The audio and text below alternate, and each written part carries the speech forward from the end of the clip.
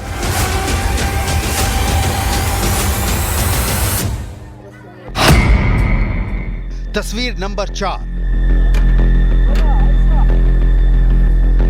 मलबे का ढेर देखकर आप अंदाजा लगा सकते हैं कि खान यूनुस में बर्बादी की सीमा क्या है। आदमी के द्वारा आदमी के मारे जाने की इंतहा क्या है। ये सिर्फ 3-4 तस्वीरें हैं। 11 महीनों की जंग में ऐसी सैकड़ों हजारों नहीं लाखों तस्वीरें आ चुकी हैं। पूरा गाजा इस वक्त बारूद का दलदल बन चुका है।